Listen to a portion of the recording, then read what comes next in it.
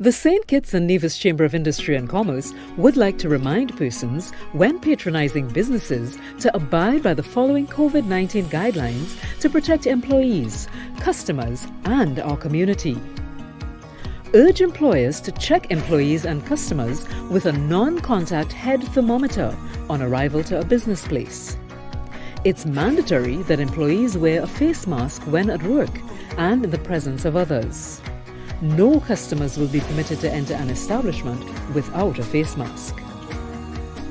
Encourage both employees and customers to wash their hands with soap and water or sanitize their hands with an alcohol-based hand sanitizer of at least 60% alcohol when entering a building, after interacting with customers, and throughout the day.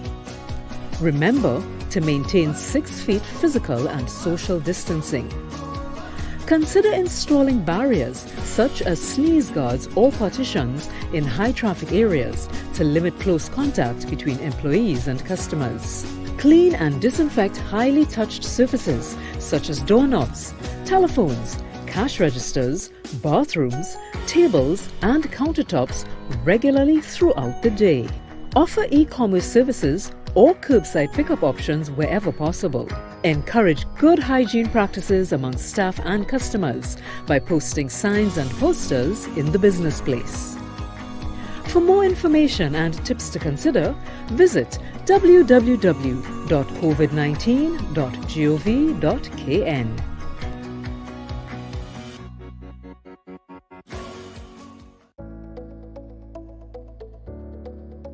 As we get ready to serve, it is important that we improve our vehicles to ensure the safety of our guests and ourselves. Outfit your vehicle with appropriate dividers to separate driver from passenger. Plexiglass or Velcro plastic divider may be used. Have a minimum of 2 hand sanitizers, one for you and one for your guests. Always carry extra mask and disinfectant in your vehicle, and post signs to remind passengers to use hand sanitizers and wear their mask and follow social distancing protocols.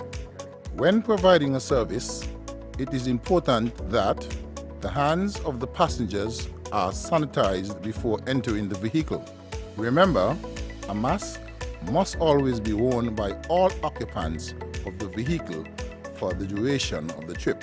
At the end of the trip, remember to wish your passengers a good day. Ensure they have left no personal items behind and sanitize their hands. Once you have completed your trip, remember to sanitize your hands and your vehicle. Seats must be disinfected and all high-touch areas, such as doors and seat handles, must be sanitized before your next trip. Let's do all we can to keep ourselves and our visitors safe.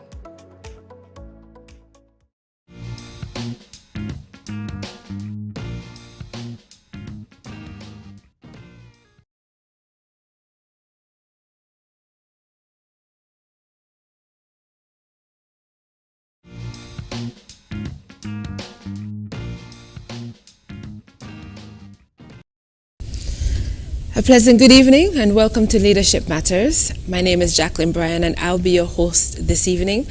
Leadership Matters is a forum through which Prime Minister Dr. the Honorable Timothy Harris engages you, citizens and residents of St. Kitts and Nevis, in matters of national interest, and he's usually joined by key officials who can talk to you about various issues. This evening, Prime Minister Dr. the Honorable Timothy Harris is joined by Les Khan, who is the Chief Executive Officer of the Citizenship by Investment Unit, Dion Daniel, who is a real estate developer, and Farron Lawrence, an authorized service provider and entrepreneur. The topic this evening, of course, as you would have figured out, is the impact of the Citizenship by Investment program and its benefits. This evening, we're going to begin with a presentation from the Prime Minister himself, and he will be followed by Mr. Khan, Mr. Daniel, then Mr. Lawrence accordingly. Of course, following those presentations, we are going to take your calls because that is really what the program is about, engaging you. So we're going to begin now with Prime Minister Dr. the Honorable Timothy Harris. Thank you very much. My fellow citizens and residents, I am grateful for the opportunity for us to communicate tonight on leadership matters. Regrettably, last week we were not able to hold the usual edition of our Leadership Matters Forum on account of the long sitting of our National Assembly. Our National Assembly, of course, is the fulcrum of our democracy, and we are heartened when our National Assembly is called into session. Tonight's Leadership Matters episode centers upon the St. Kitts and Nevis Citizenship by Investment Program and the vital role that citizenship by investment has played in the economic development of our beloved country. Our CBI program has been of increasing importance to the country's economic and fiscal health since 2012. Put in proper perspective, the Citizenship by Investment Program has provided another growth driver for St. Kitts and Nevis. It has spurred our economic growth and development, contributing to foreign exchange earnings. It has provided resources to meet government's commitments to its citizens and residents. It has created many jobs. For example, during the peak construction period of the Park Hyatt Hotel, some 800 persons were directly employed on the construction site. It has financed the build-out of high-end villas and hotels on both St. Kitts and Nevis. It has assisted in the financing of the Four Seasons residences, the Marriott residences, the Royal St. Kitts Plaza, and other hotel properties such as Park Hyatt, Ramada Hotel, Tilofs by Widam, Civil Gardens in West Barstair, Bush Hill Development in Nevis, Golden Rock Development, Ocean Grove, and University Gardens, to name a few. At least 2 other CBI-approved projects are expected to be advanced in 2021, and John Giuliani, one of our local developers, will soon start another major high-end villa development. It was our CBI Hurricane Relief Program that allowed us to deliver assistance to over 2,000 persons whose homes were damaged in 2017 by Hurricanes Irma and Maria. Persons who were displaced, such as Utah Hodge and Sandra Lance, Winifred O'Loughlin, to name a few, received brand new homes.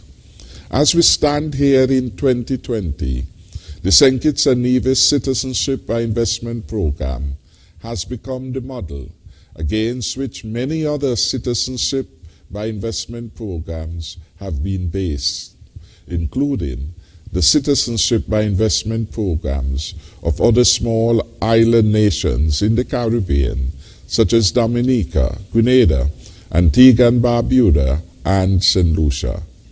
European nations have participated in their own version of CBI programs. Examples of these include Austria, Bulgaria, Malta, Montenegro, Portugal, and Cyprus. Countries in the Pacific region like Vanuatu have relied on CBI programs.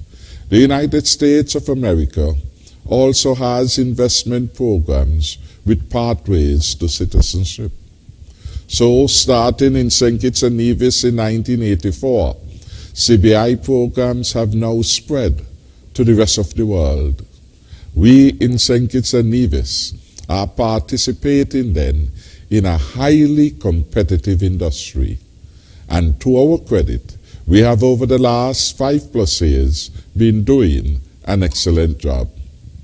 There is much benefit to our country and people from participating in a well-managed CBI program, and the emphasis is on well-managed CBI program. Over the last 5 years, my government successfully reformed our CBI program. We strengthened the due diligence systems, reorganized the unit, with emphasis on efficiency of operations, professional standards, and of course being the market leader. Our diligent efforts have brought good outcomes. Our program has been ranked as the most innovative program in the world. Since 2015, our program has received innumerable accolades, including being named as one of the best citizenship by investment programs in the world for 4 consecutive years by the CBI Index, a publication by the Financial Times Professional Wealth Management magazine. In the 2020 CBI Index, our Citizenship by Investment program was ranked number 1 for certainty of product, number 1 for ease of processing, number 1 for lack of travel and residence requirements. The program was also recognized as offering the world's fastest route to citizenship, an achievement it balances with the performance of stringent due diligence on all applicants. Importantly, our program has been ranked number 1 for due diligence every year since the inception of the Citizenship by Investment Index in 2016. This is because Team Unity has ensured that stringent due diligence forms the backbone of the program in order to safeguard the security of our citizens and residents, and of course those of other nations. Our CBI program has provided a large pool of high net worth individuals proud to be called citizens of St. Kitts and Nevis.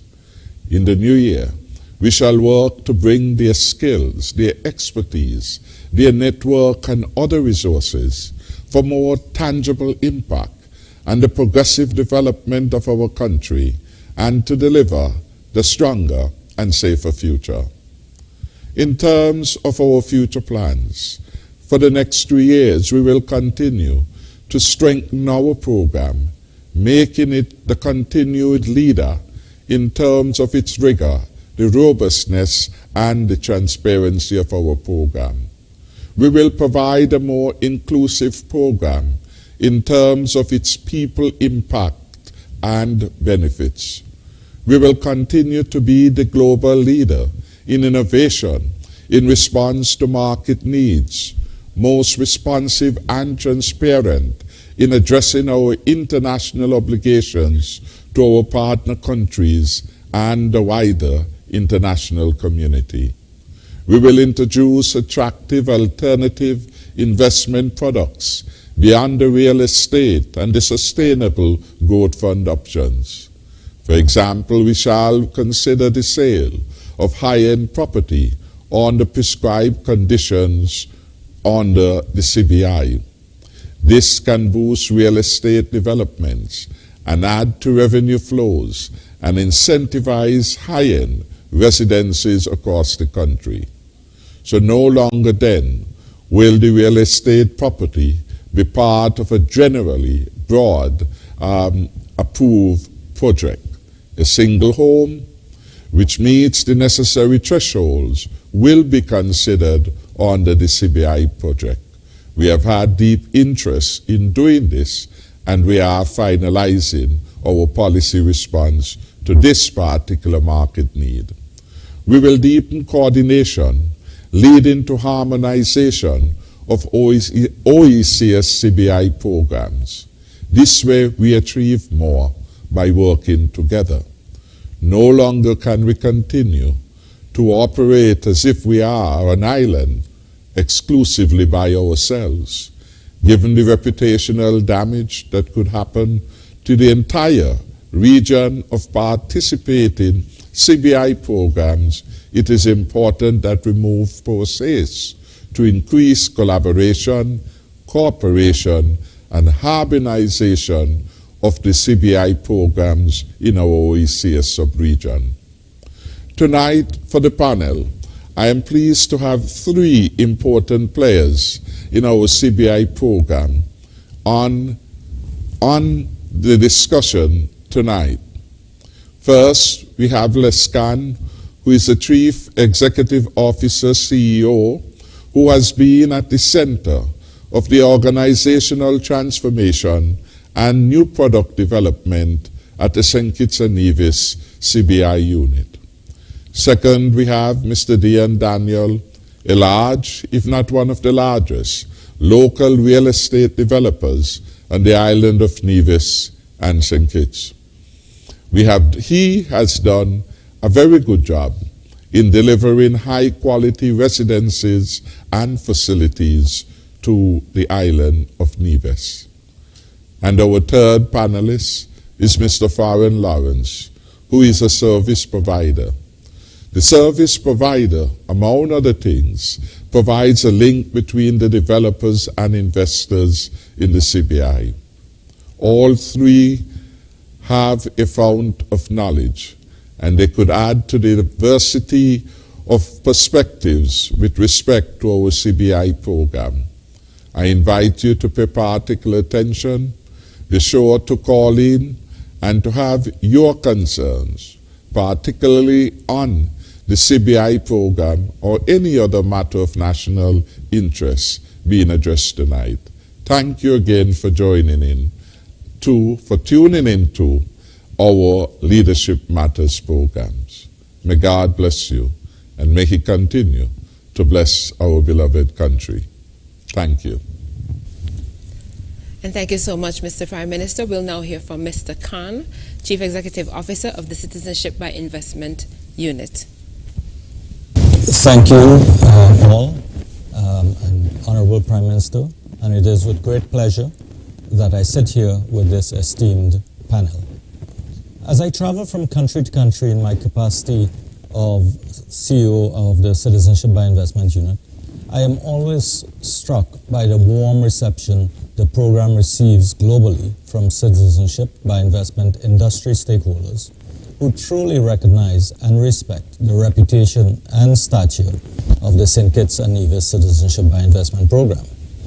St. Kitts and Nevis is widely known as the platinum standard of citizenship by investment for our innovation, our efficient processing mechanisms, balanced with our commitment to conducting high-level applicant vetting, and of course, our longevity. As industry frontrunners, it is our responsibility to ensure that the program continues to lead by example and to ensure its sustained success. As such, we always look for ways in which to improve our processes, and we continue to adapt to meet investor demands. Such success would not be possible without the commitment of our developers and service providers. Over the last 5 years, the program has evolved in many ways. We have improved our relationships with local service providers, developers, both local and foreign, and agents overseas. We implemented the international marketing agent concept that has resulted in additional revenue to the country. For those watching and listening, an international marketing agent is one who is recognized as being able to promote the country's CBI program and who has the evidence of sound controls and practices. These individuals will also have what we call sub-agents, who also market to individuals globally. IMAs adhere to a term of engagement that defines how they market and what their marketing materials should say.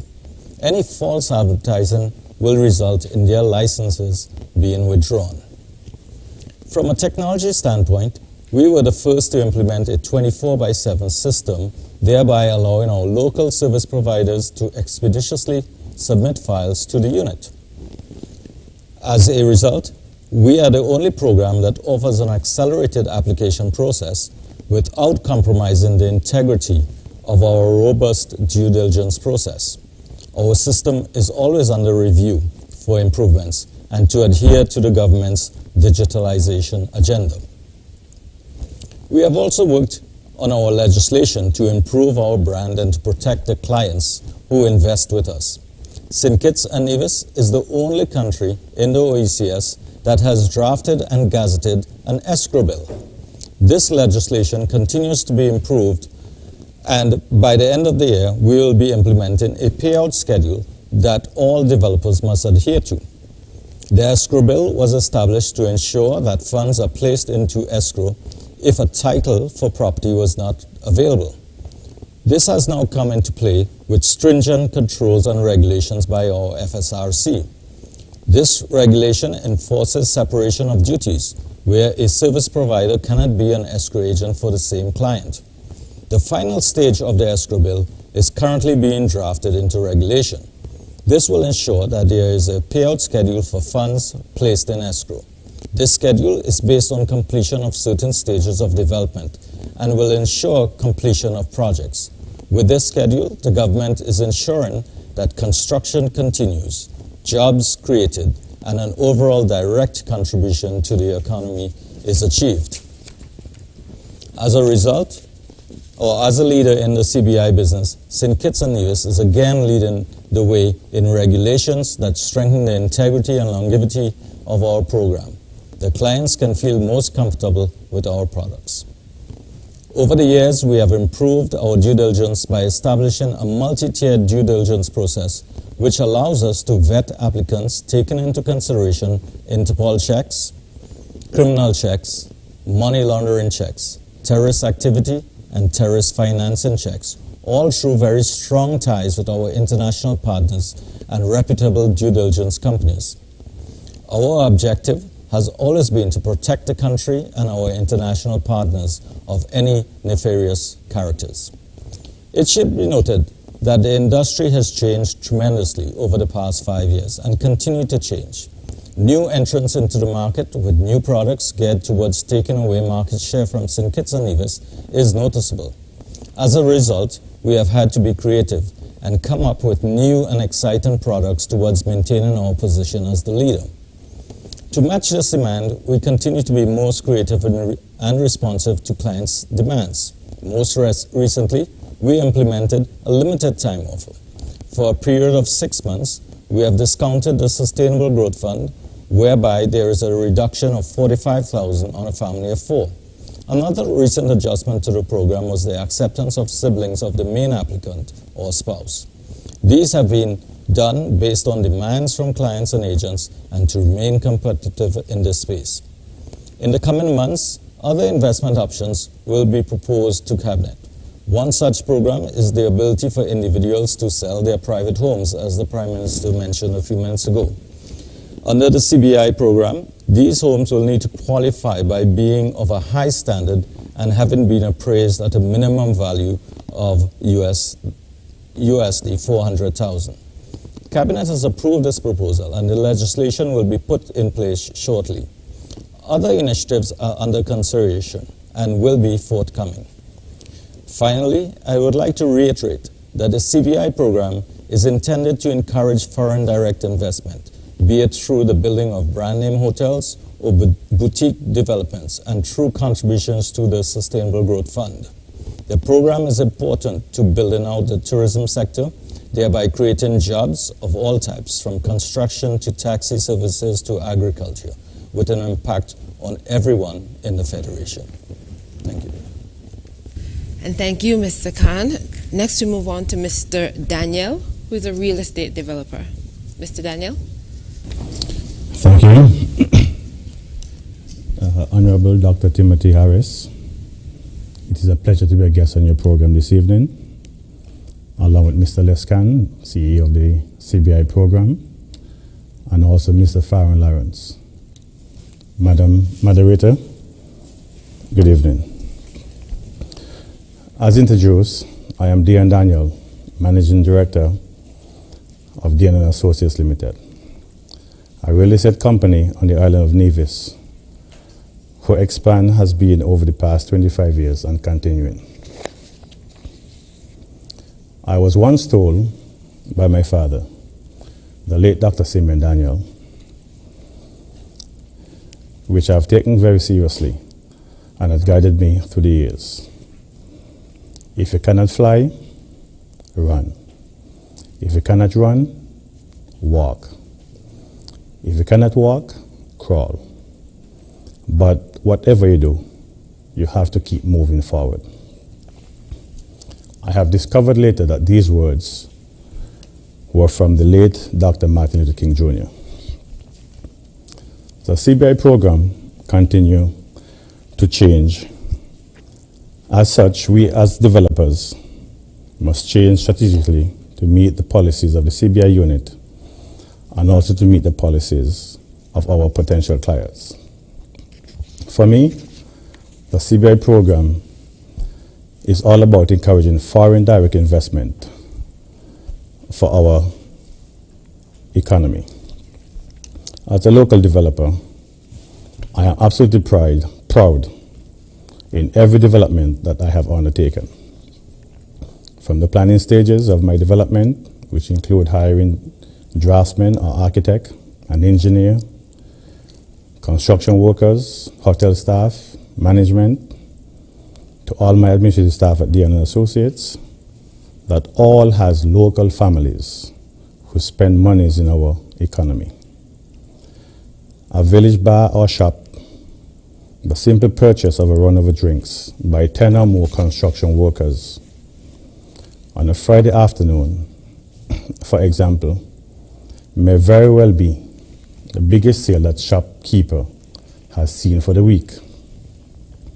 Local vendors such as TDC, Hosfords, Island Tires, Sinkits Masonry Product, Lefco, who supply building and construction materials, all benefit from the development of condominium and small boutique hotels such as Hillboroughs, in Sinkits, and the Hamilton Beach Resort Spa on the island of Nevis.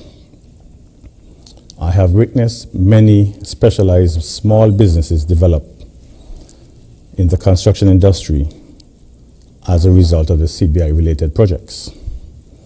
Air condition technicians, electrician, carpenters, landscapers, architects, steel manufacturers, special tilesmen, finishers are all examples of the widespread reach of the CBI related businesses. CBI development both in Sinkits and in Nevis have seen the hotel room stock increase significantly over the past 5 years. This has been done much faster than the 5-star hotels. As we speak, we are seeing the construction of the latest CBI-related development in Nevis by Dion & Associates Limited, which includes the first ever duty-free shopping complex, combined with a museum dedicated to the father of modern in Nevis, the late Dr. Simon Daniel. These are all both erected at the Belmont Garden Residences and Commercial Development in Nevis. We also see the construction of the Golden Rock Commercial Park on Nevis. A local developer, Mr. Scott Keynes, which will be a mixed-use development, and when completed, will be more than 250,000 square feet of commercial rental space. However, we thank all investors, both locals and internationals, such as Four Seasons Resort at Nevis, Park Hyatt, Ramada, Ikoi in Sinkits, who have helped to make the real estate arm of our CBI program a well-established luxury tourism product in the Federation. We commend the Prime Minister for his leadership and progress he has made in the CBI program over the past 5 years. We have rebounded significantly with numerous challenges, and despite the extreme challenges over the past 9 months globally, we continue to see an increase in the CBI-related sales in all projects.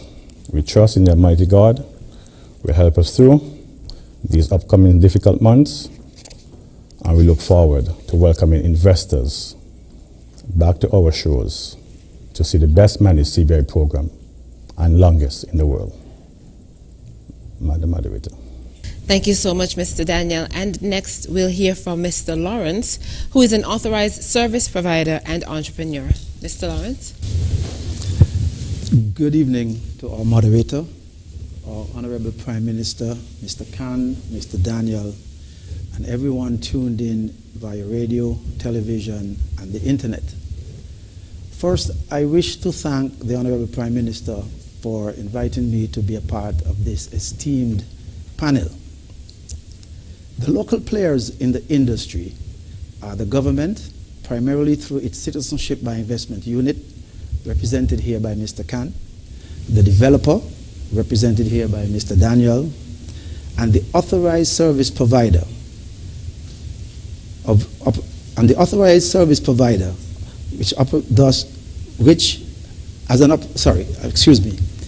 the developer, Mr. Daniel, and the authorized service provider, which operates as the conduit between the CBI unit and the investors.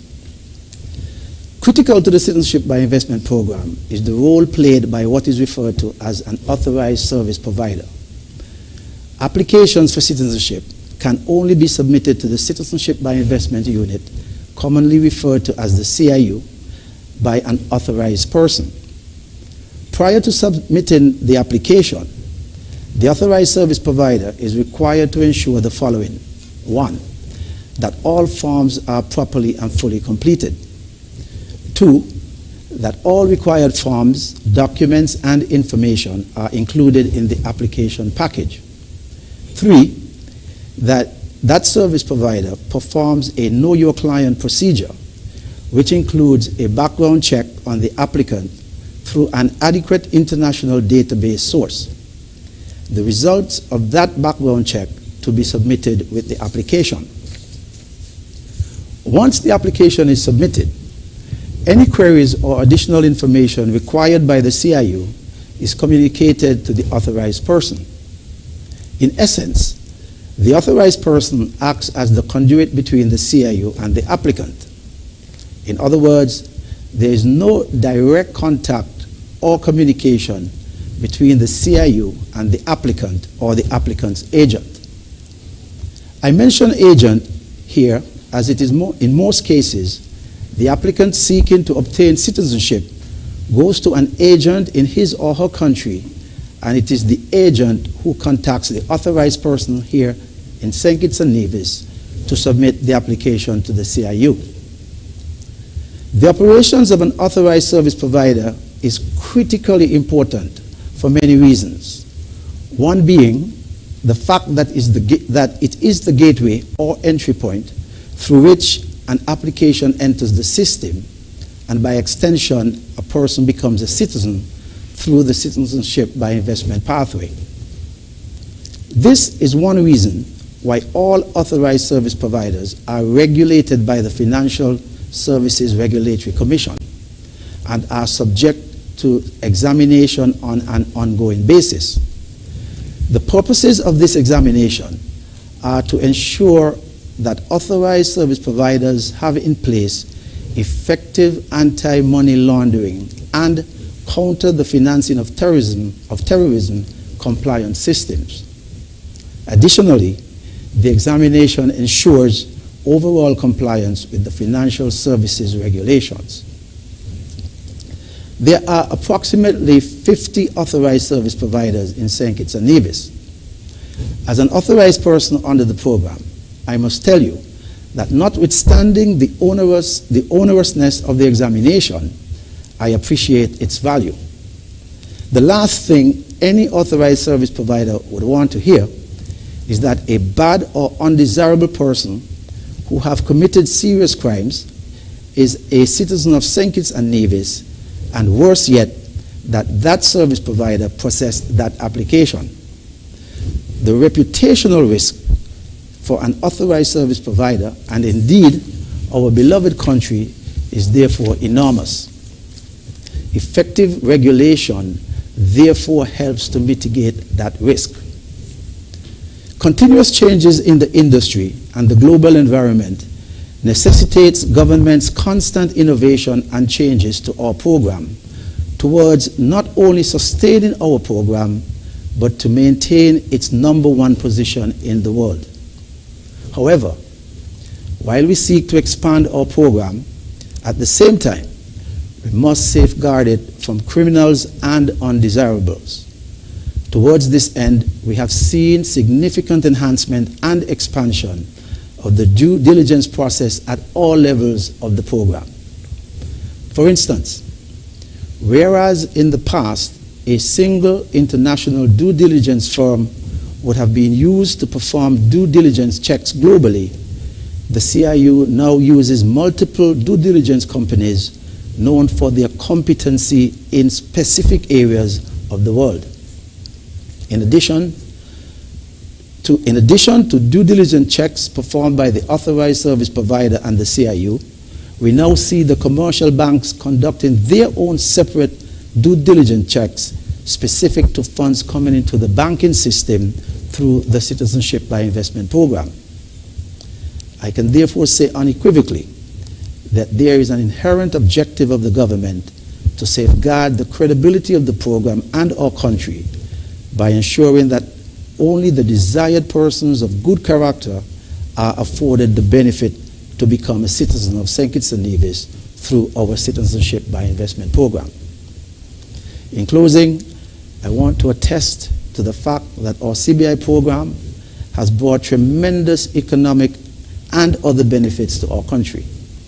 It is therefore in the interest of us all, as citizens and residents, to encourage, promote, and support the efforts being made by the government through its various departments to sustain and grow the program. At the end of the day, each and every one of us benefit from it, be it directly or indirectly. Thank you. And thank you, Mr. Lawrence. Well, we've heard from each member of the panel, and this is the segment where we're going to move into next, the segment where we want to hear from you and take your calls and your messages via our social media platforms. But before we move into that segment, we're going to take a break, and we'll be right back. As we get ready to serve, it is important that we improve our vehicles to ensure the safety of our guests and ourselves. Outfit your vehicle with appropriate dividers to separate driver from passenger. Plexiglass or Velcro plastic divider may be used. Have a minimum of 2 hand sanitizers, one for you and one for your guests. Always carry extra mask and disinfectant in your vehicle, and post signs to remind passengers to use hand sanitizers and wear their mask and follow social distancing protocols. When providing a service, it is important that the hands of the passengers are sanitized before entering the vehicle. Remember, a mask must always be worn by all occupants of the vehicle for the duration of the trip. At the end of the trip, remember to wish your passengers a good day. Ensure they have left no personal items behind and sanitize their hands. Once you have completed your trip, remember to sanitize your hands and your vehicle. Seats must be disinfected and all high-touch areas, such as doors and seat handles, must be sanitized before your next trip. Let's do all we can to keep ourselves and our visitors safe.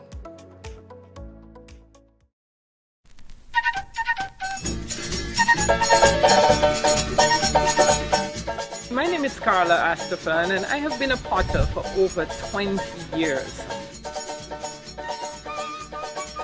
I know it's a very difficult time for all of us in the industry, but this time has given me the opportunity to really rethink the whole operation.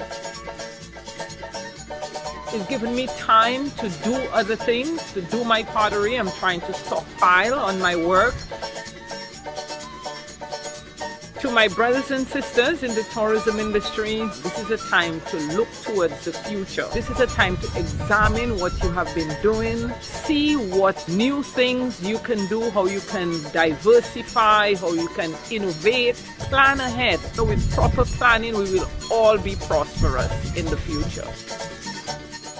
Thanks to the nation's unified response, the spread of COVID-19 has been contained.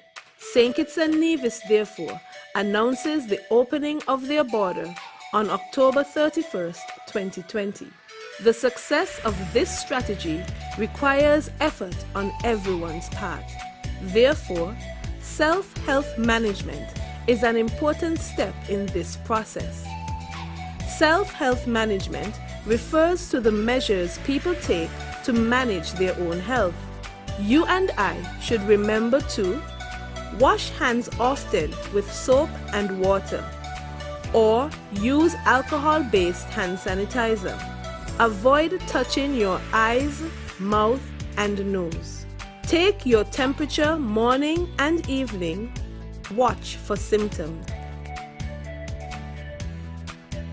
Persons with diabetes or hypertension are reminded to take your medication regularly as prescribed. If you have no symptoms, you may carry out your normal routine and boost your immune system.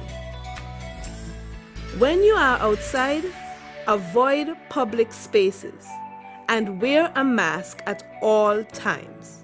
If you develop symptoms, put on a mask and seek medical care. Do not take public transportation. Inform the doctor of your travel history, any contact with confirmed or suspected cases, your occupation, and whether anyone around you has similar symptoms. If you become ill, please rest at home. Wear a mask and isolate yourself from others in your household. If you share a bathroom, disinfect daily using 1 part bleach to 10 parts water. Everyone must work together to reduce the spread of the coronavirus when our border has been opened.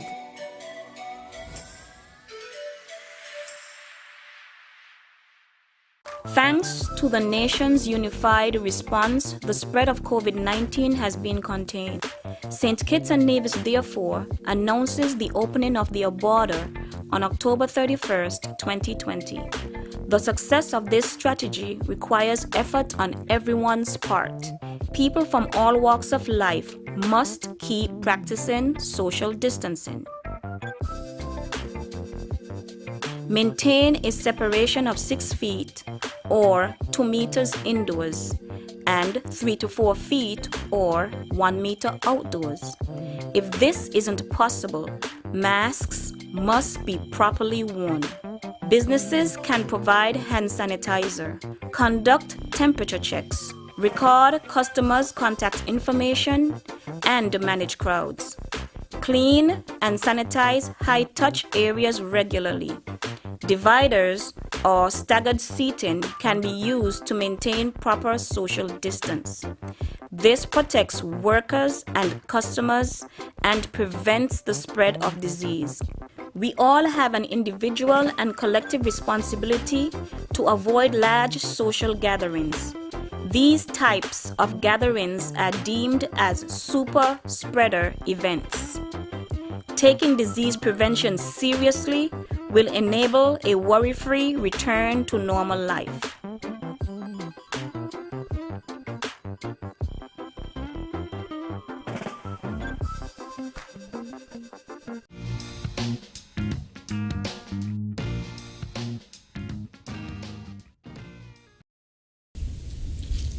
Welcome back to Leadership Matters, and this is the segment where I'm inviting you to engage our panelists on the Citizenship by Investment program. Ask them any questions you might have and put forward your concerns or maybe even suggestions. So we are joined this evening, of course, we have Prime Minister Dr. the Honorable Timothy Harris, and he's joined by Les Khan, who is the Chief Executive Officer of the Citizenship by Investment Unit, Mr. Dion Daniel, who is a real estate developer, and Mr. Farron Lawrence, who is an authorized service provider and entrepreneur. The phone numbers are 466-2666, 662-8674, 767-4765, and the international line is 1-239-645-4500. and you can dial those numbers and you will be participating live on the program. We will also be taking comments and suggestions and feedback via our social media platforms. So if you're listening to ZIZ on Facebook or via YouTube, you can post your questions or comments there as well, and they will be forwarded to our panelists. We had quite a number of presentations made with quite a bit of information being shared, and I think for me what stood out was the escrow bill, which has already been passed, and the unit is working now to develop on that bill, and they have amendments that they will be putting forward. And I will ask Mr. Khan if he could just, for clarity's sake, explain exactly what the escrow bill was meant to achieve, and do you have timelines for when the amendments will be put forward? The escrow bill came into play in 2018. We had drafted the original escrow bill with the requirement to regulate escrow agents. In doing so, the bill mandated that an escrow agent had to be authorized and certified by FSRC. In so doing, a number of escrow agents were approved, a small number I should say, and yes. You can take a back burner. I'm told that we have callers on the line, so we're going to go straight to our phone line. Welcome to Leadership Matters. You're live. I'm sorry we lost that call, but please try again. Welcome to Leadership Matters. You're live. Hello? Okay, we'll move on. Welcome to Leadership Matters. You're live. Yes, I'm on, yeah. Jacqueline? Yes, sir. Yeah, okay. Good evening to you, the Prime Minister, and the rest of the panel. Good evening. Yeah, I want to thank the Prime Minister under his leadership of having our CBI program as the best in the OECS. Prime Minister, big praises to you. That is good leadership. Now, I have about 3 to 4 little short questions. Now, I would like to know, why is it our identification of the country where we were born was taken out of our passport? That's one. Second question is, why did it had to be taken out of our passport?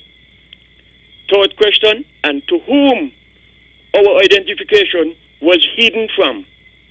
The last one, is it legal for our passports to be sold to any criminal person, and especially for $1 million?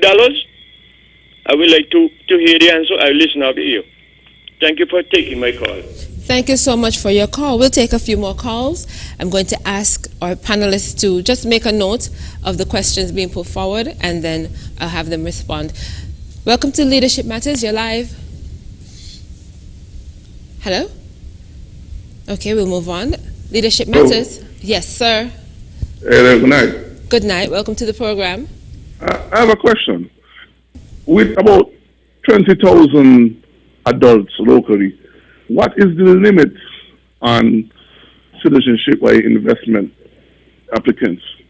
Are we going to have 200 or 300,000 citizens without paid passports? That's the question. What is the limit?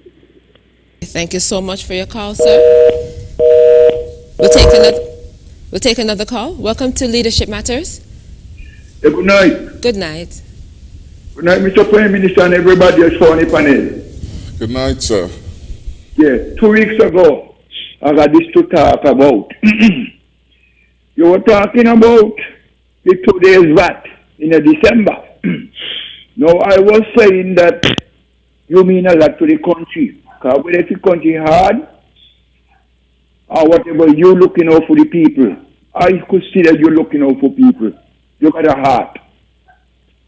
But when it comes to the supermarket, then, every year when the VAT come around, the people, them know the price could just go to the supermarket to buy. The woman, them especially, who buy every day. And every weekend, they know they got the price in their hand, right? Like a computer. They know the price, then they know we no gone up and we no gone down. I know TDC And them dog got the VAT there too, same way. Like for everybody across the board, rich and poor. And I know TDC dog got 25% plus VAT. But the shopkeep at supermarket and them just do as they like. And I was supposed to call in this week or four when the chamber come out from there, but I couldn't get in. So them were the right people to talk to. But I know, when I was in my 20s, I used to be in Tabernacle. And they had Mr. Mark, Mr. Janet, and Mr. Bryce. And I'm sure you was about 9 to 10 years, maybe when you're around, I'm sure when your mother sent your shop. And when it come to Christmas, you used to get a hammer and drink. In Kayan, Miss Buana, Miss Grant, Mr. Fraser, and all them people used to be in Kayan. And everybody used to get something. Now they will tell you they can't get nothing because they're getting from the age on them. You understand? And that's the problem we got now. Nobody look at nobody. But you're looking for them, and you're looking for everybody. You're looking for shopkeeper them, and you're looking for everybody. But somebody want to double cross you because they will give you a bad name when they come home, them kind of thing. There. One other thing to ask you. I used to watch in News and Nighttime Panzerize TV about 7:40. I used to see it every night, and I noticed me not see it now. I hate my Sugar City Rock, but when I lie down in my bed, I want to see news up one after the other. Think the news and then leave it to that. We want to know. So, I don't know what wrong with the part there, or something wrong with that. You know? So, I want you to look into all them things there for me. You understand? So, all the best, Prime Minister. Thank you so much, caller. And I'm happy you were able to get in on this evening's program. I can tell those were really pressing for you. We're going to take one more call and then have the panelists respond. Welcome to Leadership Matters. Good night, Mr. Grant. Good night, Ms. Brian. Good night, Ms. That's okay. Good evening. Welcome. Good night to the Honorable Prime Minister, Dr. Timothy Harris, and these panelists there. Good night, Mr. Lawrence and Mr. Lescan. Now, Honorable Prime Minister, I just want to commend you, as usual, and the good work you're doing to the Federation. Under this COVID-19 stress, I believe that you, the frontline workers, is really putting up a defense to this COVID, because it ain't easy at all.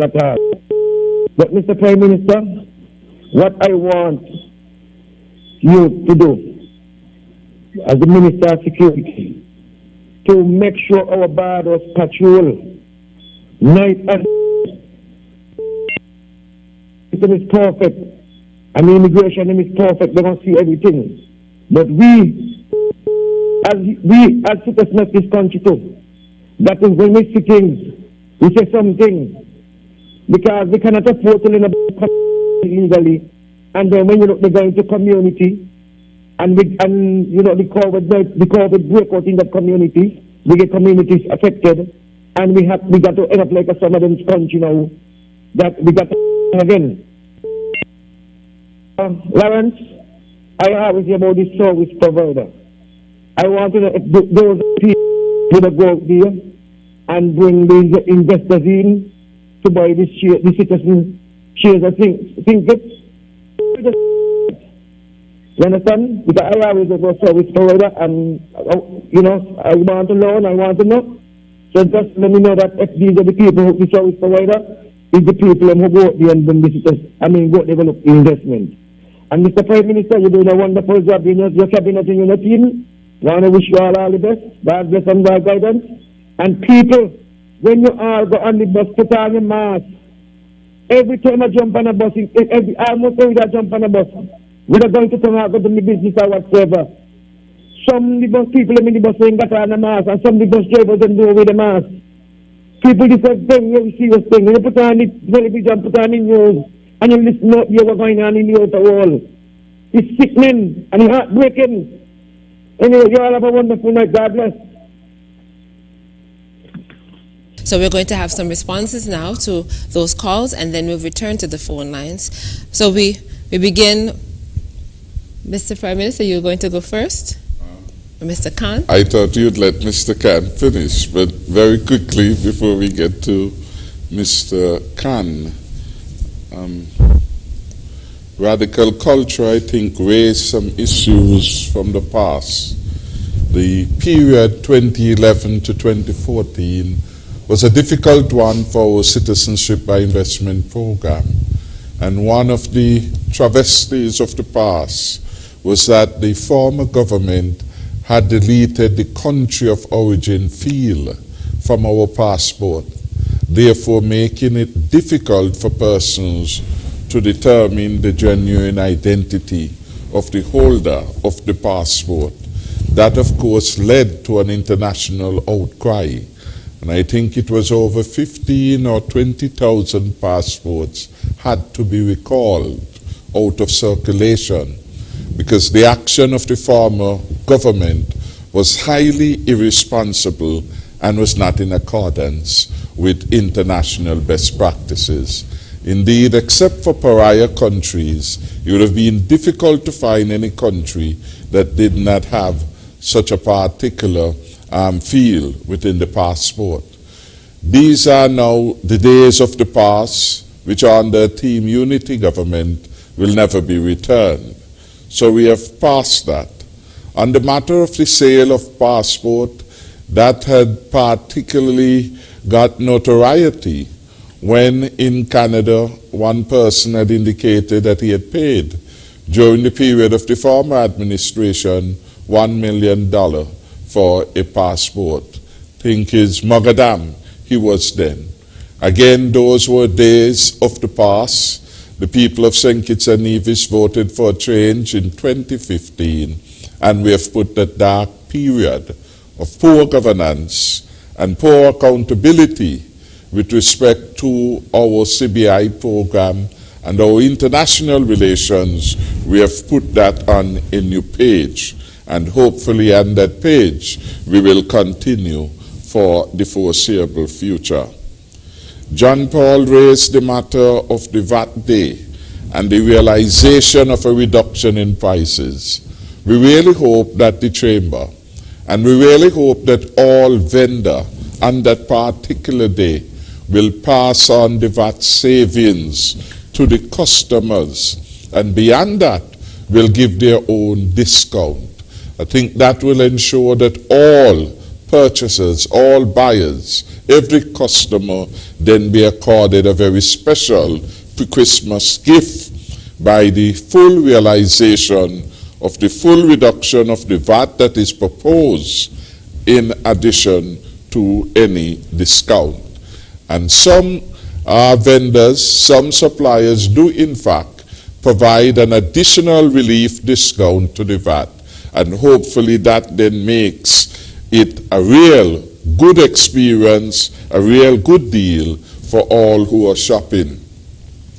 Again, you raise the practice of how in the past the suppliers, the vendors, the retailers, the wholesalers had this good spirit that at Christmas time they would reward every one of their regular customers.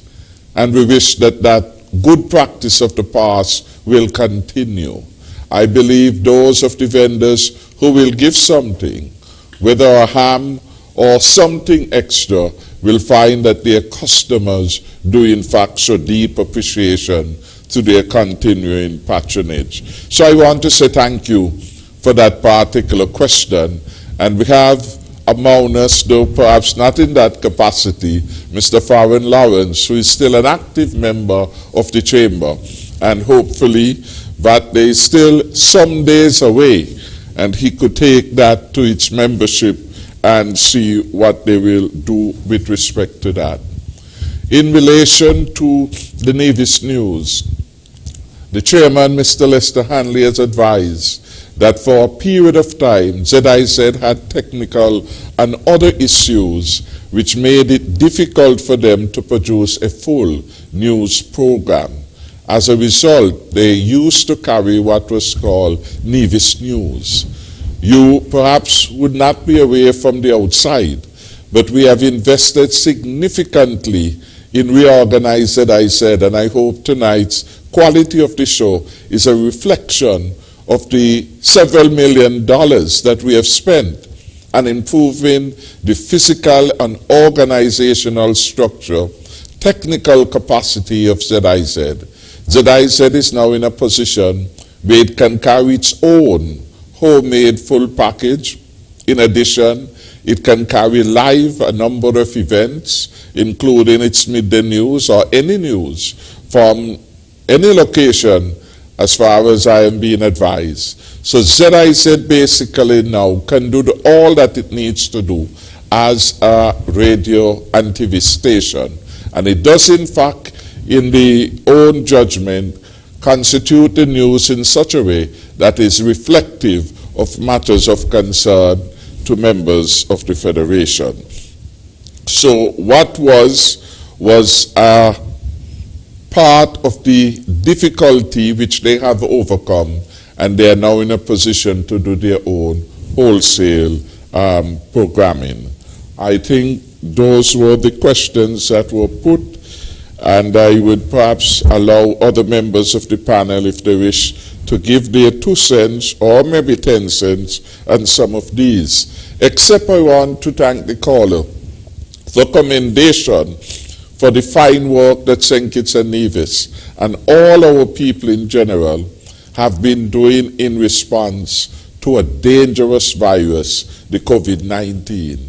There is still a lot more work to be done in terms of more faithful compliance to the health protocols, the wearing of masks, the hand sanitization, the social distancing, and the physical distancing if we are to remain a low-risk destination.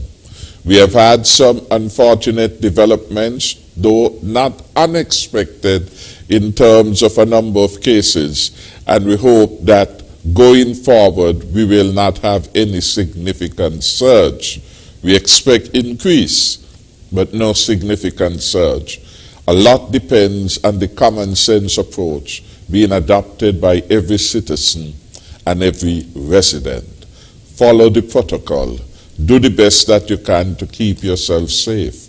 The truth is, everywhere where there has been complacency or non-compliance with the protocols, they are now forced into lockdown. United Kingdom was forced to lock down for a full month. Italy and several other countries shortly after the general elections. Trinidad had to impose significant lockdowns in that country. And that response will become the norm once the virus gets out of control. So I want to encourage everyone, do the best that you can. Be responsible. The life that you save may very well be yours. Thank you. We have 2 questions that still need addressing. What is the limit on applications? A caller asked about the limit on applications, and specifically for Mr. Lawrence, if service providers go out to look for investments, as in, do they actively recruit? Okay. I can speak. We'll go back to the phone. If you could just quickly, and then we'll return to the phone lines. Just to deal with the question regarding how business come into the country. In relation to applications for citizenship by investment, that usually comes in through the international market agents. Those are the persons out in China, Dubai, wherever they may be, who advertise our program to potential clients. And those are the persons, so they would then get those persons in their offices to apply, and then they send those applications to us as service providers. So we don't actually go out to look for clients. In relation to, he asked about investors, we also do not seek out investors.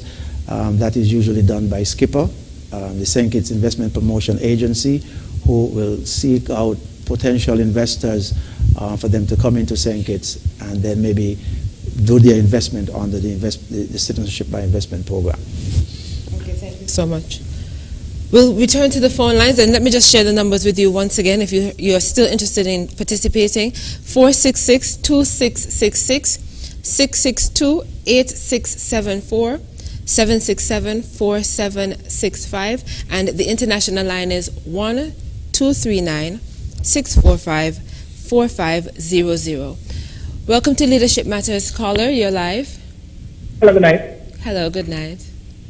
Good night to you, Ms. Bryant, and good night to the Honorable Prime Minister, Dr. Timothy Harris, the rest of you. Good night. What I want to ask is, what is the CBI program like? What can we expect going forward? Also, farmers benefit from the CBI program. And before I continue, Prime Minister, I want to congratulate you and thank you for keeping the CBI afloat. I can remember there was some hiccup, and you have fixed that. So maybe during your wrap-up, I know somebody asked the question about the name not being, the name was taken out of the passport or birth, so maybe you can let the people know how much work you had to put in the program to get our passport back. Also to Mr. Daniel, when can we start to see something happen here in St. Kitts? Any projects you have planned for St. Kitts? I see you spoke a lot about Nevis, and good job over there. But what about St. Kitts? What are you bringing to St. Kitts? Or what can we expect from you to bring to St. Kitts? That's all for now. Thank you so much. Welcome to Leadership Matters. You're live. Oh, we seem to have lost that call, but we encourage you to call back. Welcome to Leadership Matters. You're live. Good evening. Good evening, Ms. Bryant. Good evening. To the Honorable Prime Minister and the panelists. I don't usually call into these programs, but I felt compelled to do so this evening because of the important nature of the discussion, which so many times we as Kittitians don't understand, and I think we don't partake in. Firstly, I'd like to congratulate both Mr. Lawrence and Mr. Daniel. I think both sons of the soil who play a significant role in the Citizenship by Investment program. Specifically, though, Ms. Bryant, I want to single out Mr. Daniel. I think Mr. Daniel at this point has alluded to all of the various administrative, the construction, the hotel staff, as well as many small businesses who have been impacted by the Citizenship by Investment program and his developments. I think what he did not speak to is the significant direct impact that Mr. Daniel has had on the lives of so many individuals in Nevis, and I hope one day he can have that same impact on the lives of individuals in St. Kitts.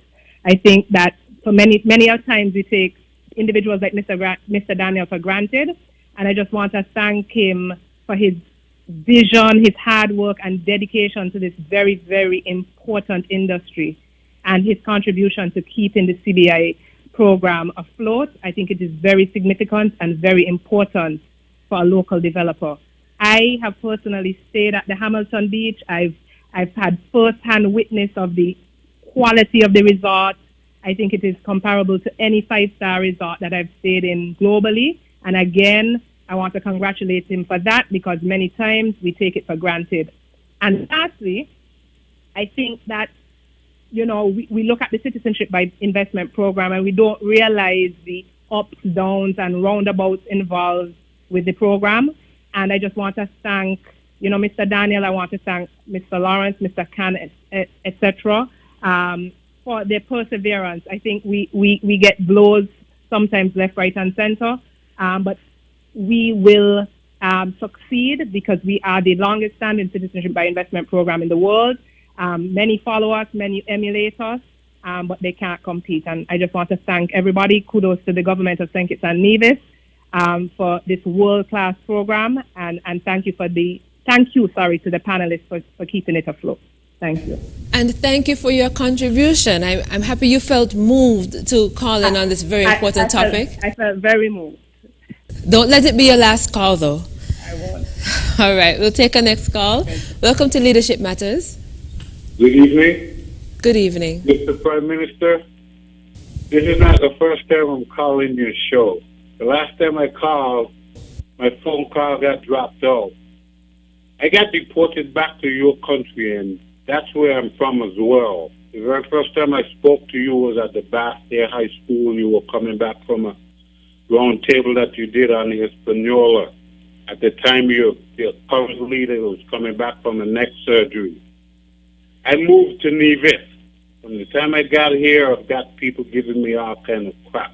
I even got a pastor who went to the bank and reopened a bank account that I closed, put his name on it, and made it a joint account.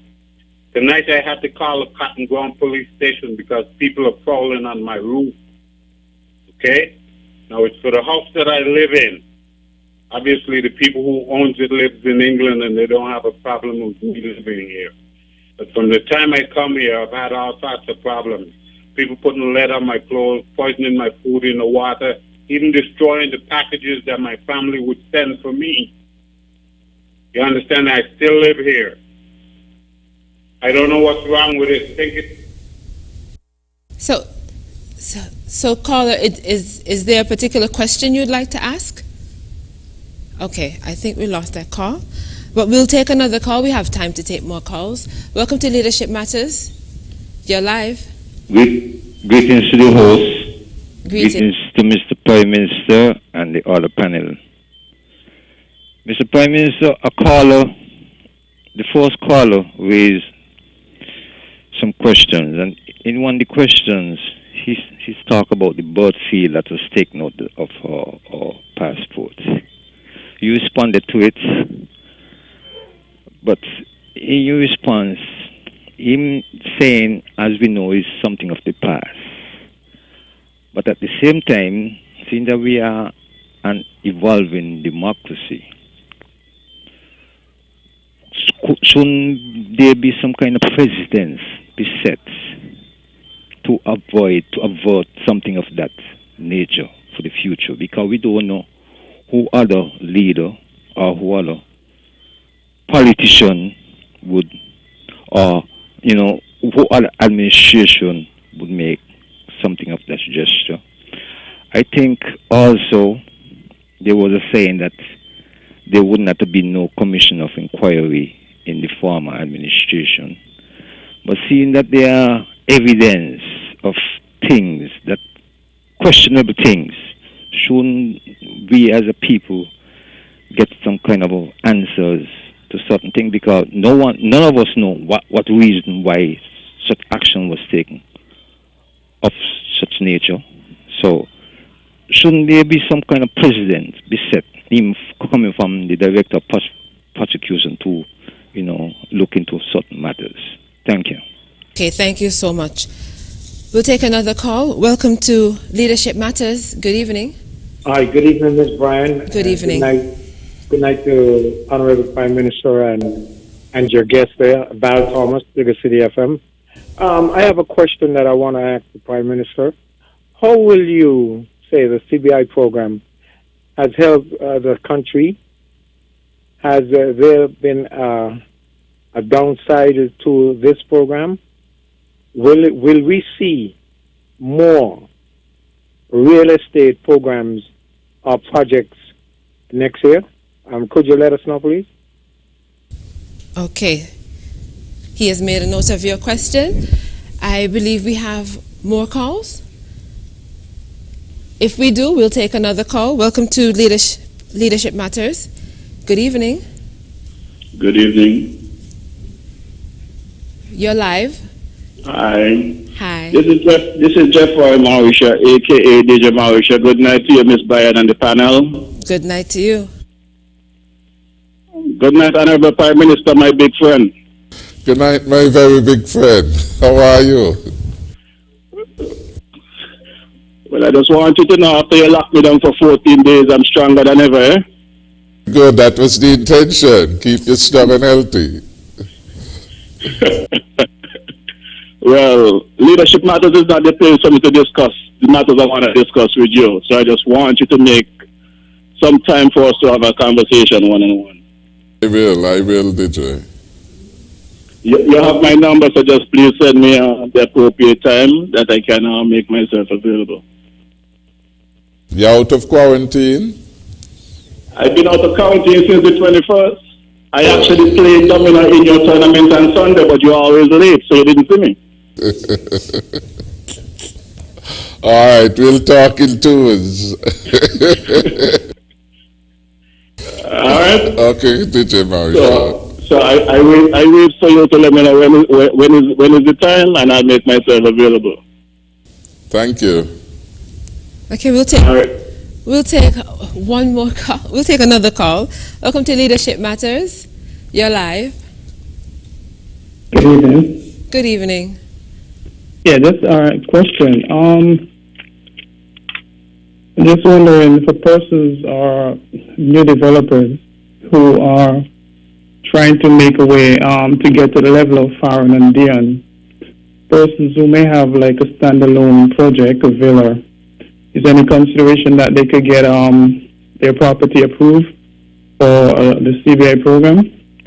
And secondly, are persons who already have properties with good value, say $2 million, could any consideration be given, special consideration for those properties fall under the CBI program, especially if they're in a quote-unquote upscale area?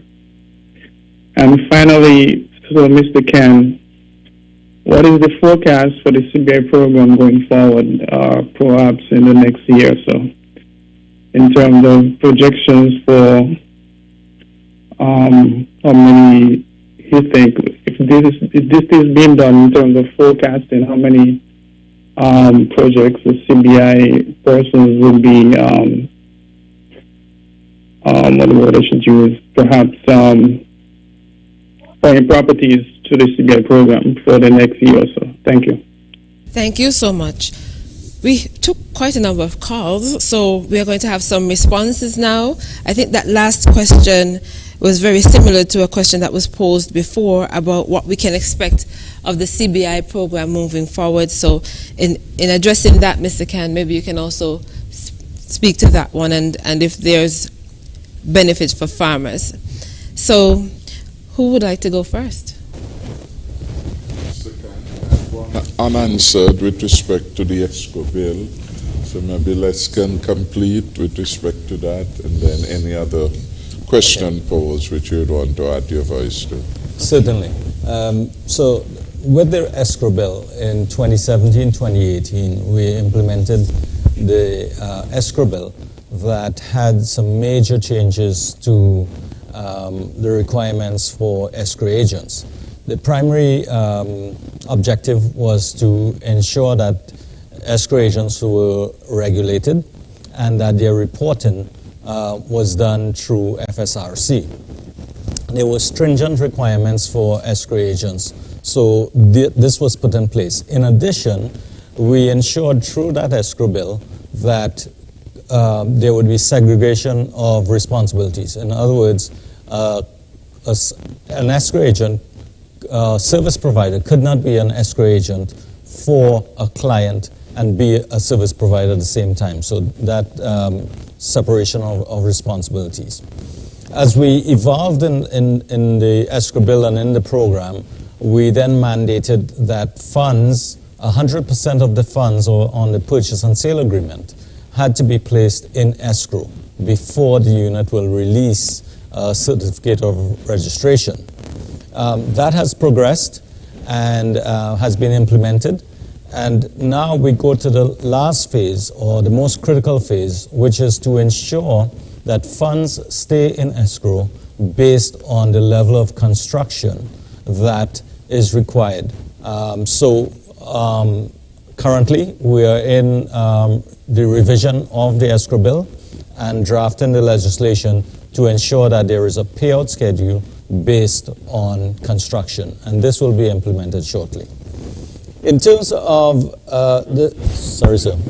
It needs to make that one of the objectives of the ESCO bill is to ensure that people, developers, investors deliver uncompleted projects, and that money is intended for the program that is drawn from the ESCO account must go towards the completion. And so we want to ensure that drawdowns reflect stage of completion. So we wouldn't have, as has been in the past, the white-headed elephants, that there is accountability, a higher standard of accountability and positive development in terms of the real estate program. I think that is what we are attempting to do through the legislative enactments as they relate to the CBI program. Okay, certainly. And to add one more point to that, this regulation and the escrow requirements on the payout schedule will apply to all existing projects and new projects moving forward. So again, to emphasize the Prime Minister's point, to ensure that construction is completed and ensure that the client's funds are utilized for the purpose that it was intended.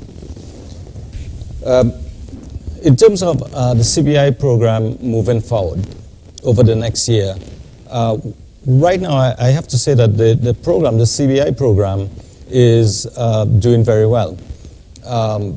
COVID has brought a certain awareness to the marketplace. People are looking for opportunities to give themselves a second option, an option to travel, an option to be with their family. And as a result, we have seen an increase of applications and an increase in applications both through our Sustainable Growth Fund and to our real estate pool.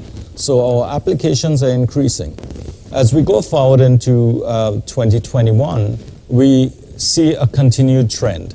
And we also see that new markets, South Africa specifically, or Nigeria, Cambodia, Vietnam, India, are all areas that we will aggressively market and that we are seeing a lot of interest coming to the program. So we'll continue to explore this and to encourage our agents to market into those new territories. But Mr. Daniel, a caller had some glowing words for you. Would you like to say anything in response? And also there was a question on whether or not you had any projects planned for St. Kitts. Yes, thanks to the caller that called in. I really appreciate those kind words. I will keep doing my endeavor best to keep delivering wonderful projects in Nevis. In relation to St. Kitts, the government has embarked into a new area that should be coming on stream in 2021. Once those laws are put in place, then I would most likely be over in St. Kitts developing a wonderful project. Okay, thank you so much for that. There was a question about new developers and if there was any consideration for smaller properties or their properties to be given consideration under the CBI program. I'd like to answer that question. Certainly. We are currently looking at passing legislation to allow individual homes or villas to be sold under the CBI program. And this requires that the value of the property has to be a minimum of $400,000 US dollars. We are continuing to develop the legislation on that, and we will see that coming in very soon or early in the new year. This covers the question that the caller asked about a plus $2 million property under the CBI. Obviously, something like that would qualify. It has to be at the high end. New developers and standalone projects. Obviously, applications for CBI projects must go through our Skipper group, and there are requirements that must be met.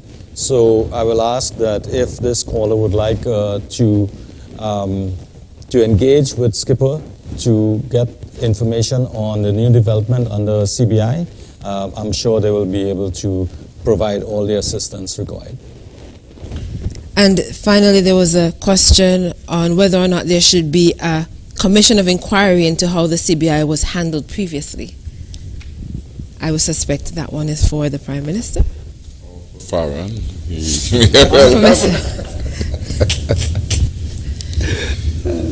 I yield to you, sir. All right, very quickly, in the end, really, this will be for the people of St. Kitts and Nevis to determine. And I, being a politician, must respond to what the people want. We want a government for and by the people. And so if the people require something like that to be done, certainly that would be helpful.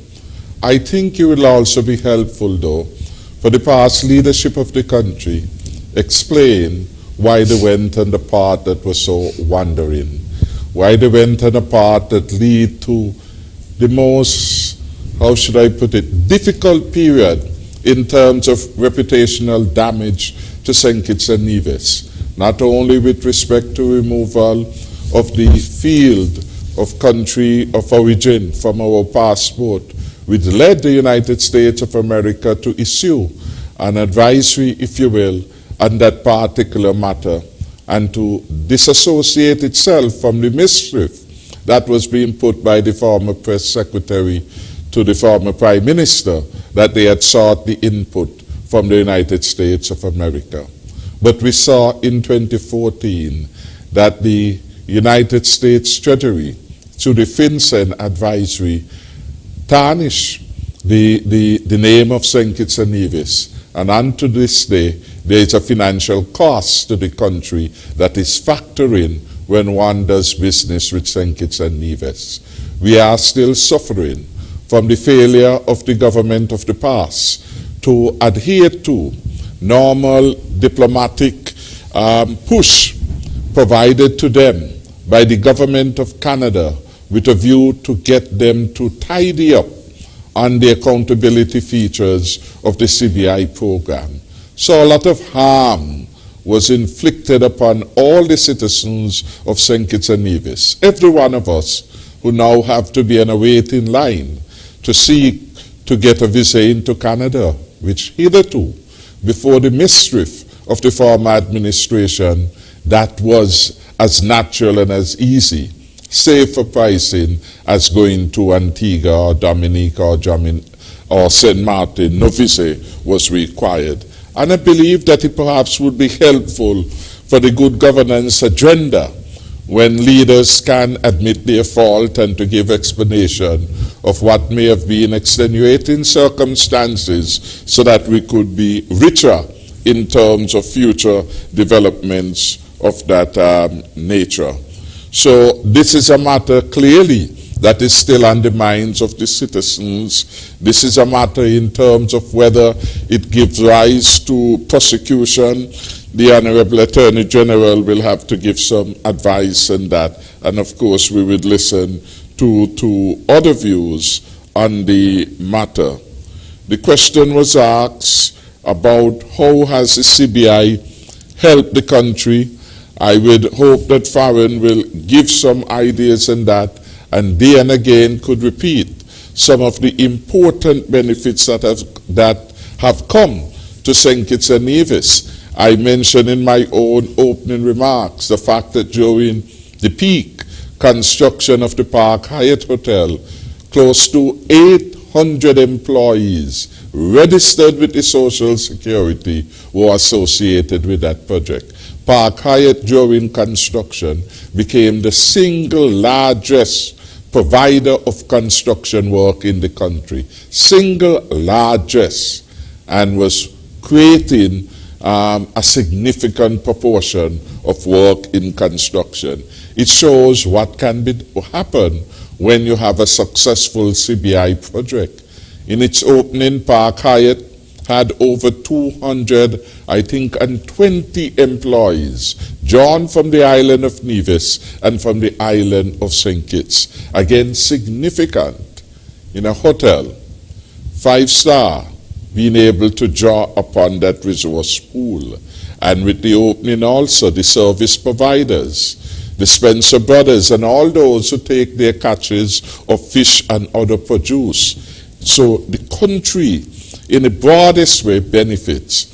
And then in my opening statement, I said we want to look at how we can make this more inclusive in terms of the full range of beneficiaries. Out of the CBI program has developed opportunities for a number of professional persons as service providers. Lawyers are involved, accountants are involved, and their support staff.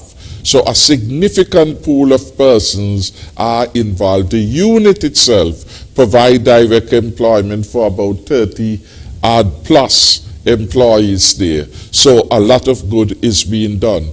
When we look at the tremendous work accomplished under this administration with the built out of the Ramada Hotel, again, we did not recognize as much benefits in terms of employment there as a result of a contract that was put in place before us by the former administration, and which had given them certain prerogative to import overseas labor. But we did benefit in terms of the significant purchases of building material for that particular project. At one period in time, the construction activity at the Ramada and at the pier were the two largest construction projects undertaken in St. Kitts and Nevis. So these are significant developments, not only in terms of the value they add to real estate property, not only to the value they add in terms of the enhancement of the landscape, not only the value that they add to the reputation of the country as a country on the move, being able to attract brand name residential properties to St. Kitts and Nevis. All these are good events that have brought tremendous value and benefit individually and collectively to our people. The growth of the real estate component of the program means work, job for people, means the enhancement of property values generally in the country, and significant opportunities for our people. Again, I want to join in with the caller before me for commending our local developers. Dion Daniel is just one of them, and from all reports and from the caller, he has done an excellent job, and we all should commend him. Clearly, this has been an industry in which local people have and can continue to find a space of opportunity, a space to earn incomes, a space to provide for their families, a space to show that the very skill set requires to engage in a highly competitive market and industry. Those skills reside in our people here in St. Kitts and Nevis, and we should never take them for granted. So I want to commend him. I want to commend other local developers. We had Scott Skanes who have made a start, and we have had others here who are part of the socioeconomic fabric of St. Kitts and Nevis. We have Dr. Ballantyne. I want to commend him because he was one of the earlier architects of the Citizenship by Investment program. He's a citizen of St. Kitts and Nevis, and he moved on to try his luck as a developer in the field. I want to let him know that we are rooting for his particular project as we are rooting for the success of every local endeavor and entrepreneurship in this country. Our people must take leadership role, and they must benefit, and they must inspire other young people to do what may appear impossible. No longer when we look for investors, we think of someone coming from abroad, not like us, but we can think of our own people. So when the teacher says he or she is going to meet a businessman, we don't conjure up imagery other than of ourselves. It's one of our own we are going to meet, because we have created an enabling environment in which our own people can become success stories. So I think these are important developments in terms of what we will see. Will we see more real estate projects? Yes, we will. I mentioned that John Giuliani from the Royal St. Kitts Hotel, more popularly referred to as the Jack Tar, that he will be engaged in development of some villa properties financed through the CBI program, among other things. There's another project with some important local input over in the Frigate Bay area, which we hope to see build out. We are expecting that we should see further work at the Galaxy project at phase 2. Mr. Lescan should be in contact with them to urge more rapid activity in terms of the construction as part of the monitoring role he should play at the CBI unit. We have good progress happening in West Bastia with the Seaview Gardens, I think it's called, property, Seaview, and that is an important one, which when all the phases would have been completed would create, I think, maybe close to several hundred hotel rooms. Now, the notion of reaching an important threshold of 2,500, 3,000 rooms will add much to our ability to commandeer the attention of those who are involved in the aviation industry. For you to get certain airlines to come, they want a critical mass of hotel rooms to be available to ensure that the guests would be well taken care of. And so this particular program is helping us to get there. And interestingly, it has drawn specific attention to us because we are dealing largely with branded properties. Again, one of the things that we need to reinforce, we want developments all over. So the gentleman or lady who wants to build a multi-million-dollar property in Halfway Tree, in Tabernacle, in St. Paul's, any area of the country should feel free to do so.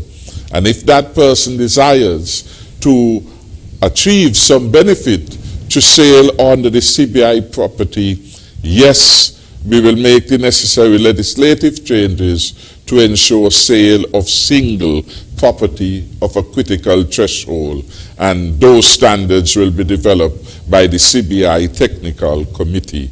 So again, it is part of what I will call our responsiveness to the market. Hearing, listening, and doing practically what reasonably can be done. I would allow, well, there's still the question which Farron perhaps will answer. How are the farmers benefiting, and how can they benefit perhaps from the CBI program? So I think those questions would be for you, Farron. You may want to add to any other issues that would have come up at this particular juncture. At this time, what we're going to do is take a quick break. And when we come back, we have just a few questions that were asked on social media as we invited persons to participate using that platform. And I'll put them to each of you, and you can respond to them and then wrap up. So we're going to take a quick break, and we'll be right back. Thanks to the nation's unified response, the spread of COVID-19 has been contained. St. Kitts and Nevis, therefore, announces the opening of their border on October 31st, 2020. The success of this strategy requires effort on everyone's part. Therefore, self-health management is an important step in this process. Self-health management refers to the measures people take to manage their own health. You and I should remember to wash hands often with soap and water, or use alcohol-based hand sanitizer. Avoid touching your eyes, mouth, and nose. Take your temperature morning and evening. Watch for symptoms. Persons with diabetes or hypertension are reminded to take your medication regularly as prescribed. If you have no symptoms, you may carry out your normal routine and boost your immune system. When you are outside, avoid public spaces and wear a mask at all times. If you develop symptoms, put on a mask and seek medical care. Do not take public transportation. Inform the doctor of your travel history, any contact with confirmed or suspected cases, your occupation, and whether anyone around you has similar symptoms. If you become ill, please rest at home. Wear a mask and isolate yourself from others in your household. If you share a bathroom, disinfect daily using 1 part bleach to 10 parts water. Everyone must work together to reduce the spread of the coronavirus when our border has been opened.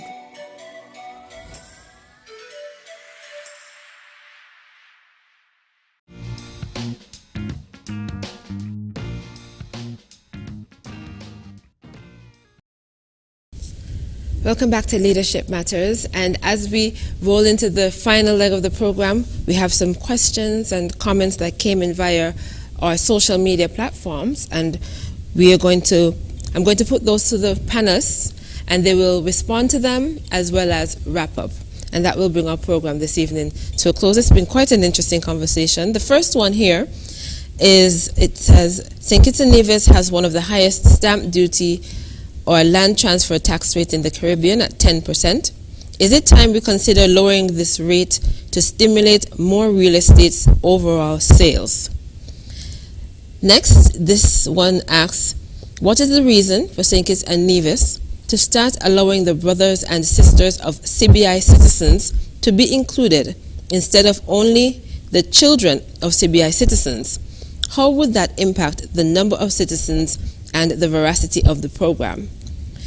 This person is asking for an update on the insurance for the entire federation plan that the government, the administration had promised, and they want to know what the position is in that regard.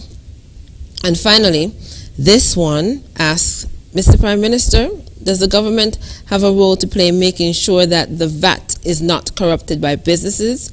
The Ministry of Commerce should be tasked with a hotline to investigate complaints of businesses that are price gouging.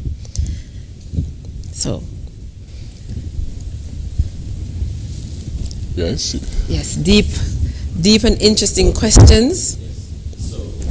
This is Les Khan. I'll respond to the question on siblings and the reason or the rationale for adding siblings to our program. As we mentioned before, we maintain a very competitive advantage over a lot of the other programs. But in order to do so, we have to be aware of what other programs are offering. And we found that we were losing some market share to individuals who were applying in larger families to other programs that were offering siblings. And in order to maintain our standard and our volume, we engaged in offering the siblings, which is a brother or sister up to the age of 30 who is dependent on the main applicant or the spouse. This has resulted in a number of clients coming back to St. Kitts because they're interested in the Platinum brand. St. Kitts and Nevis is the brand that they want to have. And by being able to offer siblings as part of that family package, we ensured that we maintained our level of volume and our level of status in our overall program. This addition of siblings also meant an additional revenue to the program, both on the Sustainable Growth Fund and through the real estate. And we'll continue to see this grow out over the next year because there's a lot of interest in St. Kitts and Nevis. And Prime Minister and panel, before I wrap up, I'd just like to make one more comment, and that is that the Citizenship by Investment program has been very efficient and has contributed to the economy. It could not be done without the support of Team Unity and the support that we've gotten throughout the last 4 or 5 years. It also could not have been done without the support and the engagement of the staff of the Citizenship by Investment Unit. The individuals within the unit have engaged themselves, have acted in a professional manner, and has taken on the challenge of higher volumes through the Hurricane Relief Fund, through ensuring that efficiency is maintained, through delivering on our developers and our clients. So again, thank you, Citizenship by Investment Unit, and to all the staff there. Thanks again. Thank you so much. Mr. Lawrence? Well, it has been a pleasure to participate in this forum here this evening. I am hopeful that my presentation has helped to bring some further understanding as to the workings of the CBI industry. For an industry that is so vital to our economy, I believe it is useful for our people at all levels to understand it. And thus, I'm always happy for such opportunities to share information and to foster better understanding both broadly and deeply in our community. And with those words, I would want to bid everyone a good evening. Mr. Daniel? So I want to say thanks to the Prime Minister for having me on the Leadership Matters program. It was a pleasure being here. To the caller that called in, hopefully I'll be in St. Kitts in 2021 to offer a spectacular project in St. Kitts. Thanks to the panel. Thanks for being here. Pleasant good evening. And of course, we end with Prime Minister Dr. the Honorable Timothy Harris.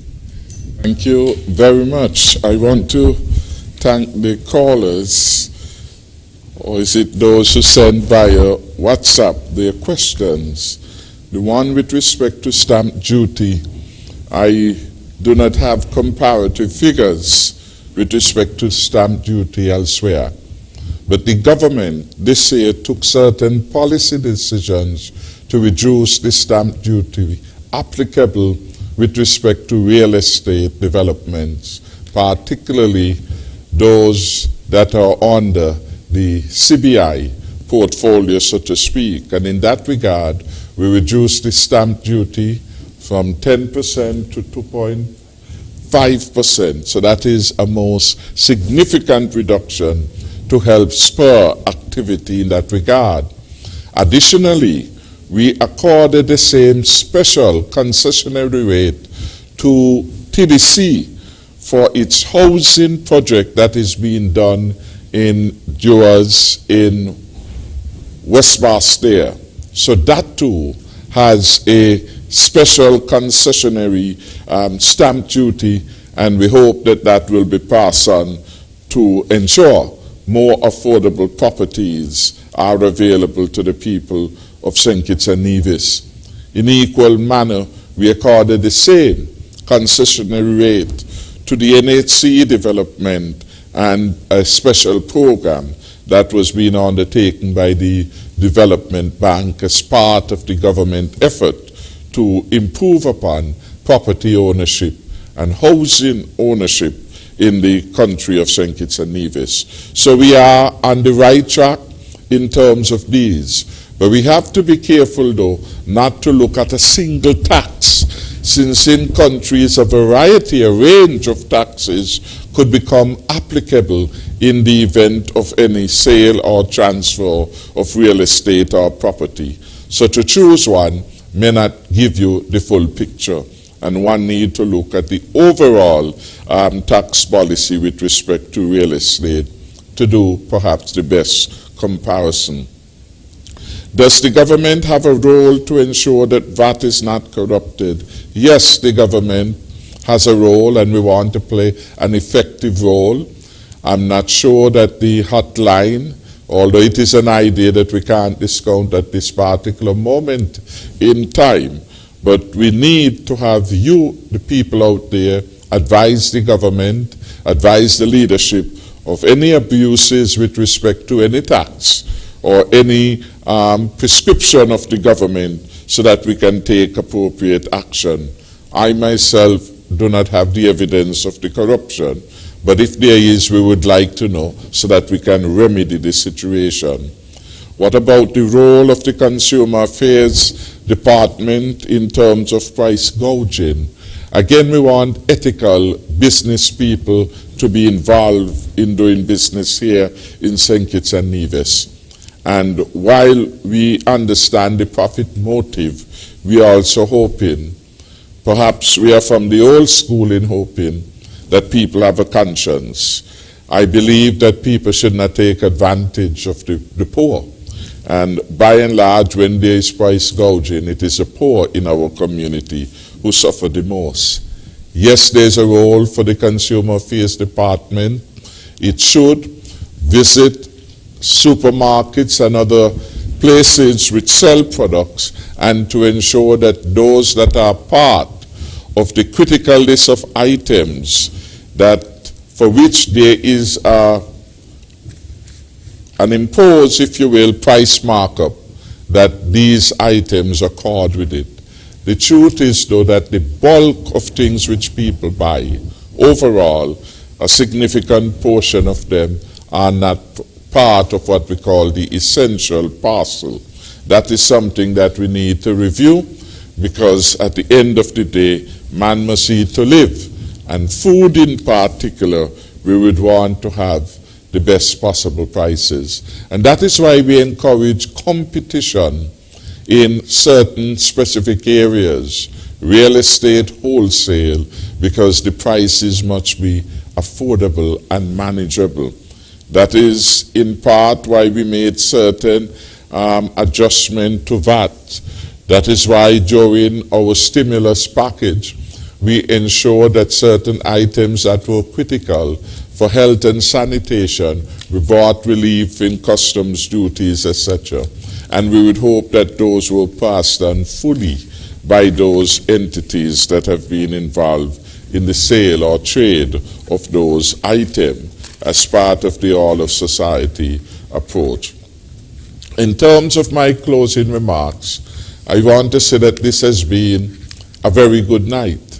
And it shows that we could never underestimate the high level of interest of our citizens of all walks of life in seeing the advancement of this country we all love.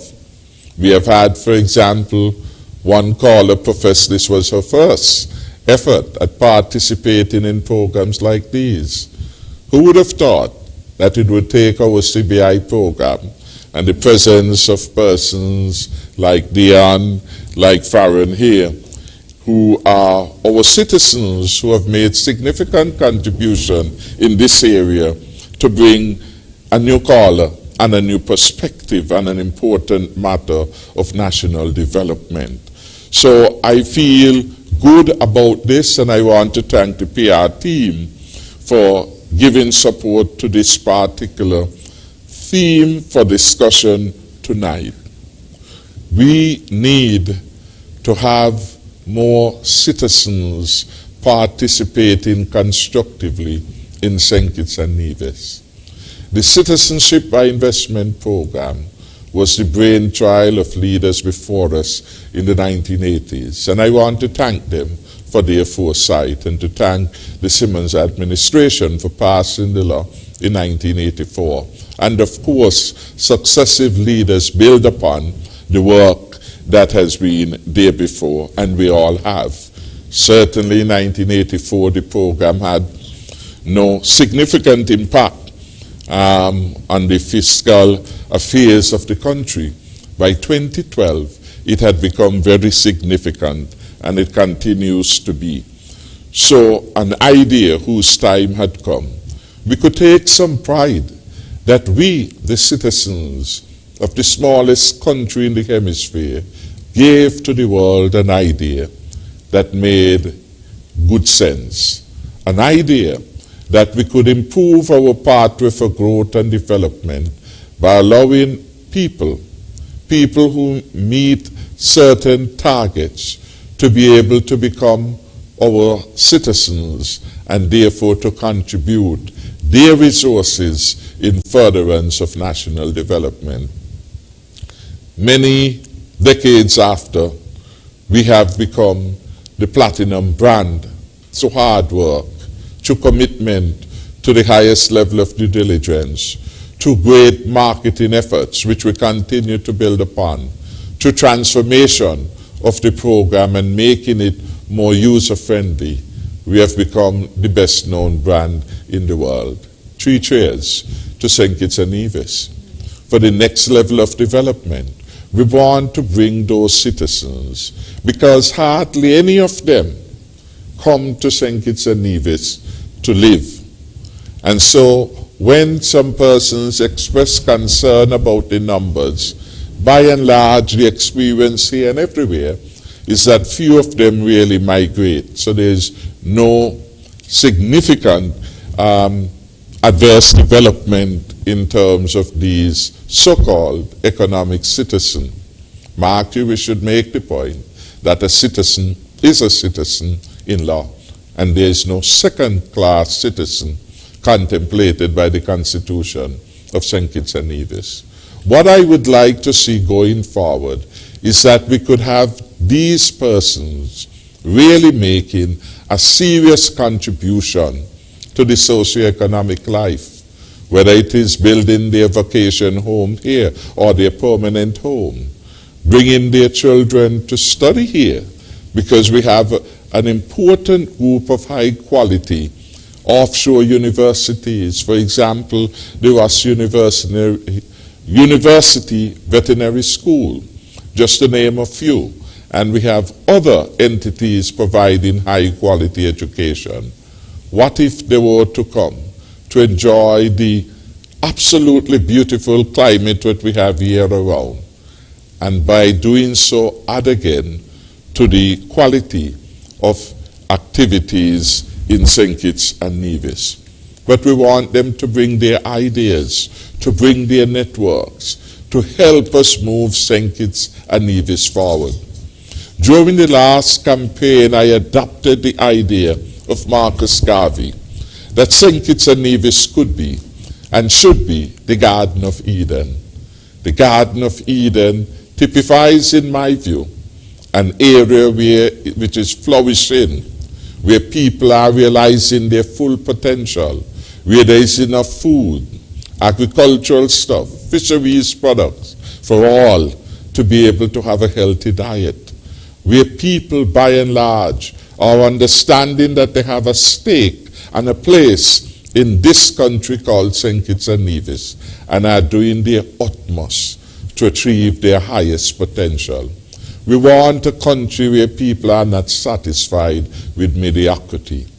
People want to do their best. There is a yearning to do better than the generation that went before you. It's a hard road to travel, but the wisdom that Dion gave from his father, who got it from, who it was, quote you use? Martin Luther King Jr.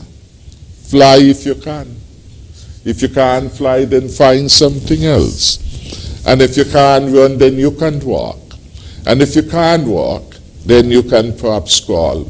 But whatever you do, you must move forward. And I want to give that message to every young person out there interested in starting a business. Take time to become a success story. Don't be impatient with the journey. Sometimes it is not, and most times, it is not for the swiftest. You have to stick with it. You have to look at other examples. Sometimes our people, as soon as they start one business, they want to branch off in so many other things that they lose focus and they don't have the resources to manage. I like to give the story of Rams, how carefully and cautiously Kishu built out the Rams empire, in a manner of speaking. From the Bay Road, how many years before he felt committed to go to Boardwalk?